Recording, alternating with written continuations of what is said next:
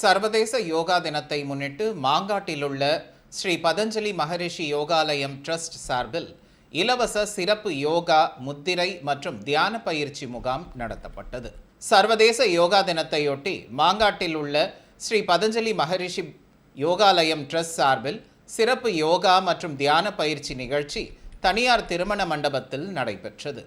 ஸ்ரீ பதஞ்சலி மகரிஷி யோகாலயம் trust தலைவர் யோக கலைமாமணி கிருஷ்ணன் பாலாஜி தலைமையில் நடைபெற்ற இந்த நிகழ்ச்சியில் 300க்கும் மேற்பட்ட மாணவர்கள் மற்றும் பொதுமக்களுக்கு எளிய யோகாசனங்கள், முத்திரைகள், மூச்சு பயிற்சி மற்றும் தியான பயிற்சிகள் வழங்கப்பட்டன.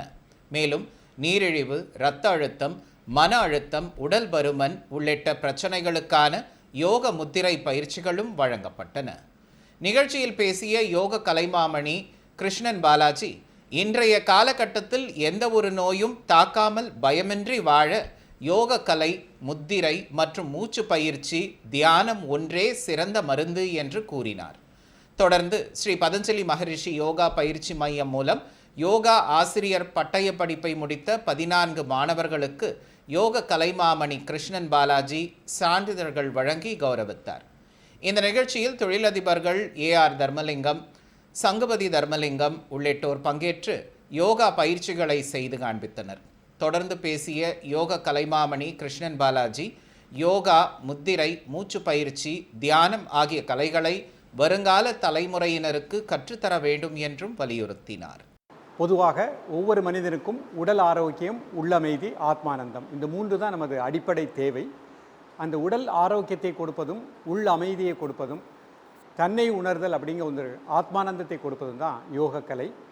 இந்த யோகக்கலையினுடைய தந்தை மாமுனி பதஞ்சலி மகரிஷி. அவர் அருளிய யோகம் அஷ்டாங்க யோகம்.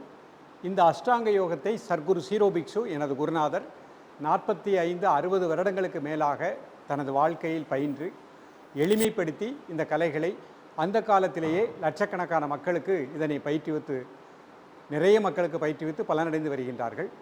சர்க்குரு சீரோபிக்ஷு கூறிய அந்த யோக நெறிப்படி இந்த கலைகளை இன்றைய காலகட்டத்துக்கு ஏற்ப முத்திரைகள், மூச்சு பயிற்சி, நாடி சுத்தி, தியானம், உணவு முறை போன்ற பல வகையான ஆரோக்கியத்தில் உகந்த யோக நெறிமுறைகளை மக்களுக்கு பயிற்றுவித்து வருகின்றோம்.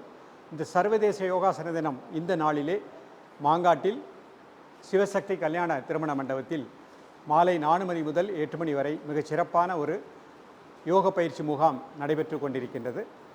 இந்த யோக பயிற்சி முகாமிலே எளிமைப்படுத்திய முத்திரைகள், மூச்சு பயிற்சி, நாடி சுத்தி, சக்கரா தியானம், உணவு முறை முதலியவற்றை மக்களுக்கு எடுத்துரைத்து ஒவ்வொரு மனிதனும் உடல் ஆரோக்கியம், உள்ளமைதி, ஆத்மானந்தம் அடையக்கூடிய அந்த நிலையை அடைய வேண்டும் என்ற எண்ணத்திலே எளிமைப்படுத்தி பயிற்றுவித்து வருகின்றோம்.